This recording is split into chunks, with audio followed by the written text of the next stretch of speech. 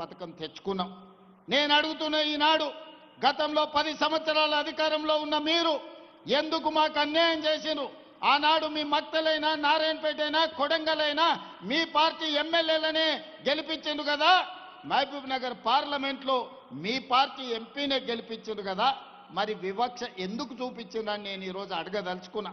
అందుకే మిత్రులారా, శ్రీహరి గారు ఎమ్మెల్యేగా అయిన తర్వాత, డాక్టర్ పర్ణిక ఎమ్మెల్యేగా అయిన తర్వాత, తిరిగి తెలంగాణలో నేను ముఖ్యమంత్రిగా బాధ్యత చేపట్టిన తర్వాత మక్తల్ నారాయణపేట కొడంగల్ ఎత్తిపోతల పథకాన్ని నిధులు ఇవ్వడమే కాకుండా మంజూరు చేసి నిన్నగాక మొన్న 96% భూమి పోయే రైతులను ఒప్పించి మెప్పించి మా మిత్రుడు మంత్రి శ్రీహరి గారు శివకుమార్ రెడ్డి ఇద్దరు అక్కడ రైతులతో మమేకమయ్యి నష్టపరిహారం 100% 100 రోజుల్లో ఇప్పించి ఈనాడు ప్రజల యొక్క అభిప్రాయ సేకరణ కూడా 100% అనుకూలంగా ఇవాళ ప్రజల్ని ఆమోదింపజేసింది.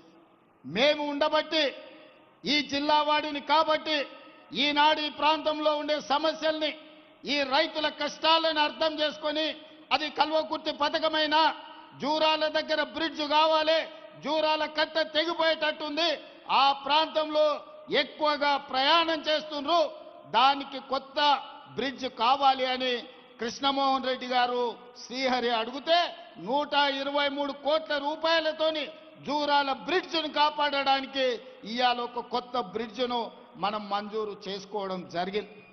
మిత్రులారా, ఇవాళ ఆలోచన చేయండి. ఈ జిల్లాలో ఉన్న పాత్రికేయ మిత్రులకు నేను విజ్ఞప్తి చేస్తున్నా, మీరందరూ కూడా ఈ జిల్లాలోనే పుట్టి ఈ జిల్లాలోనే పెరిగిన పాలమూరు బిడ్డలే. ఈ ప్రాంతంలో ఉన్న ఏ ఒక్క ప్రాజెక్ట్ అయినా 10 సంవత్సరాల నాటి ప్రభుత్వం ఎందుకు పూర్తి చేయలే? ఇవాళ పొంకనాలు కొడుతున్న మంత్రులు ఆనాడు మంత్రులుగా పనిచేసిరు. ఏ ఒక్క రోజైనా కేసీఆర్ దగ్గరికి వెళ్ళి ఈ ప్రాజెక్టులు పూర్తి చేయి, మా పాలమూరుకు నిధులు ఇవ్వండి అని ఏ ఒక్క రోజైనా అడిగినరా? అడిగే ధైర్యం మీకు ఉన్నదా? కనీసం అనుమతి లేకుండా ముఖ్యమంత్రి గారి దగ్గరికి వెళ్తే ఫామ్ హౌజుల కన్నా మిమ్మల్ని రానిచ్చిండా?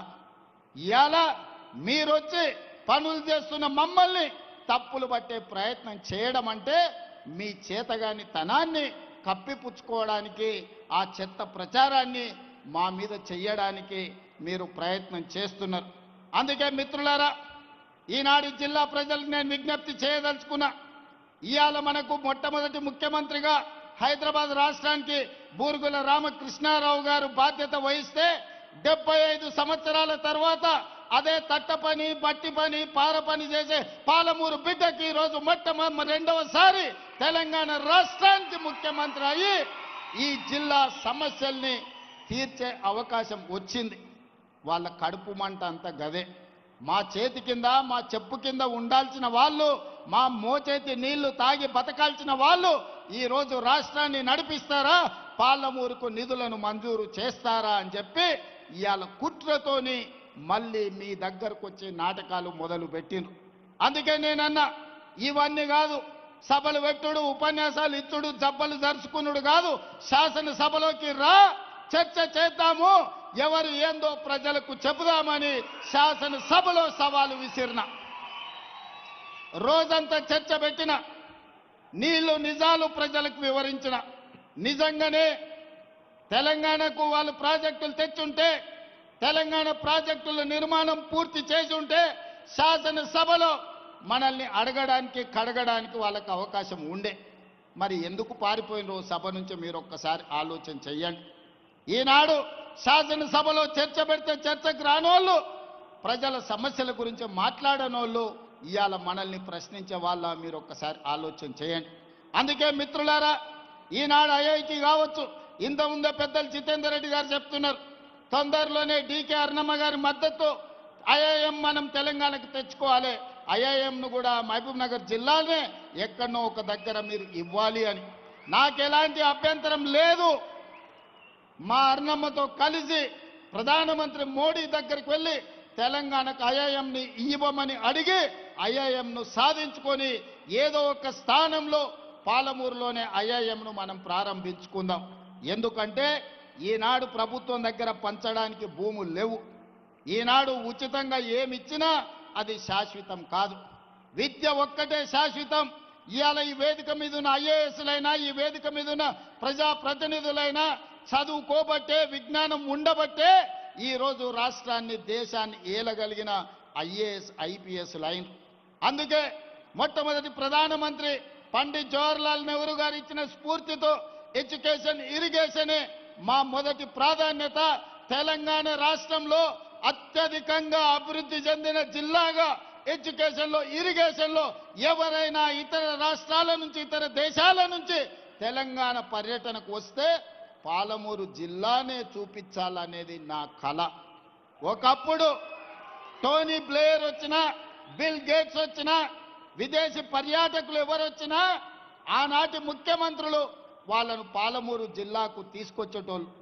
ఎందుకయ్యా అంటే మన పేదరికాన్ని చూపించడానికి, మన వెనుకబాటుతనాన్ని చూపించి అయ్యా మేమందరం వెనుకబడ్డాం, పాలమూరు వాళ్ళు నిరక్షరాస్యతతో కొట్టుమిట్టాడుతున్నాడు, పాలమూరు జిల్లా ప్రజలు వలసలు పోతున్నారు, తినడానికి తిండి లేదు, కట్టుకోవడానికి బట్టలు లేవు, ఈ పేదరికాన్ని చూసి మాకేమైనా బిచ్చమయ్యా అని అడుక్కోవడానికి మనల్ని చూపించేవాళ్ళు. ఇది ఎంత బాధాకరమైన విషయమో ఒక్కసారి ఆలోచన చెయ్యండి. పేదరికాన్ని చూపించడానికి ప్రభుత్వం గ్రాంట్స్ అడగడానికి పాలమూరు జిల్లాను ఒకనాడు చూపించేది. ఇక ఏమాత్రం ఇది సహించరానిది. మన పేదరికం కాదు, మన అభివృద్ధిని చూపించాలి, మన చదువులను చూపించాలి, మన విజ్ఞానాన్ని చూపించాలి, మనం కట్టుకున్న ప్రాజెక్టులు చూపించాలి. మన ప్రాంతంలో ఐఐటీలో చదువుకున్న వాళ్ళు, ఐఐఎంలో చదువుకున్న వాళ్ళు, ఐఏఎస్ ఐపీఎస్లు అయిన వాళ్ళను పాలమూరు జిల్లా నుంచి ఈరోజు దేశానికే సేవలు అందిస్తుందని మన అభివృద్ధి చెందిన ప్రాంతంగా మనల్ని చూయించుకోవాలి. ఈ అవకాశం మళ్ళీ మళ్ళీ మనకు రాదు.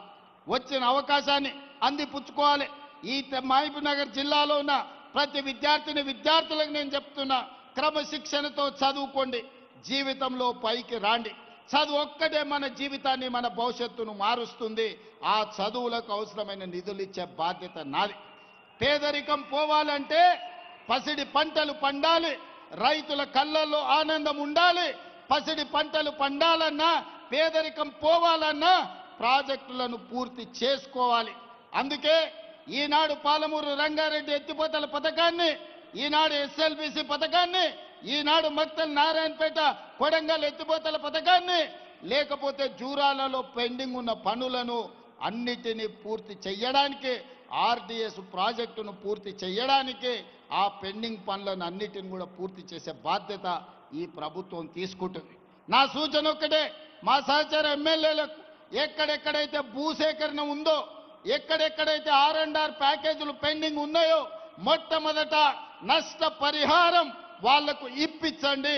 నిన్న నేను ఆదిలాబాదులో చనాక కొరాట, అదే విధంగా మిగతా ప్రాజెక్టులను సదర్మాట్ బ్యారేజ్ను నేను ప్రారంభిస్తే మేము సిద్ధం చేసినాం. రేవంత్ రెడ్డి వచ్చి ఫోటోలు దిగుతున్నాడని ఒక మారీచుడు మాట్లాడింది.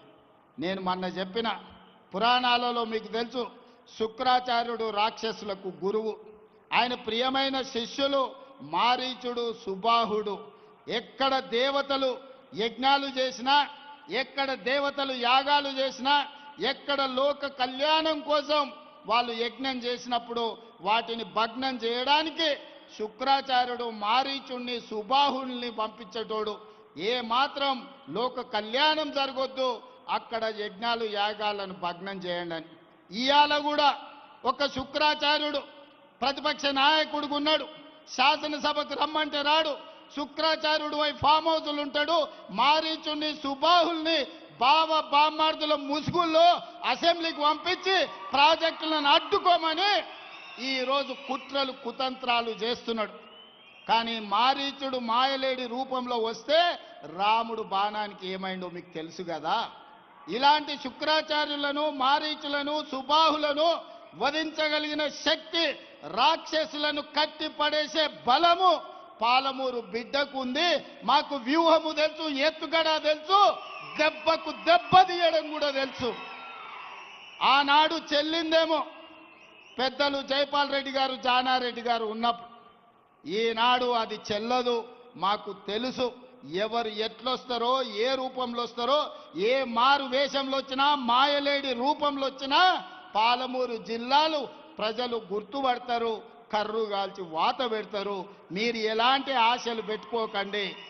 ఇవాళ ఆయన చెప్తుండు మేము గొప్పలు చేసినామని, మేము అభివృద్ధి చేసినామని, మేము పరిశ్రమలు తెచ్చినామని, మేము ఉద్యోగాలు ఇచ్చినామని, మేము ప్రాజెక్టులు కట్టినామని, భూములకు నీళ్లు ఇచ్చినామని. నేను ఒక్కటే మాట్లాడగదలుచుకున్నా. 10 ఏళ్ళు 20 లక్షల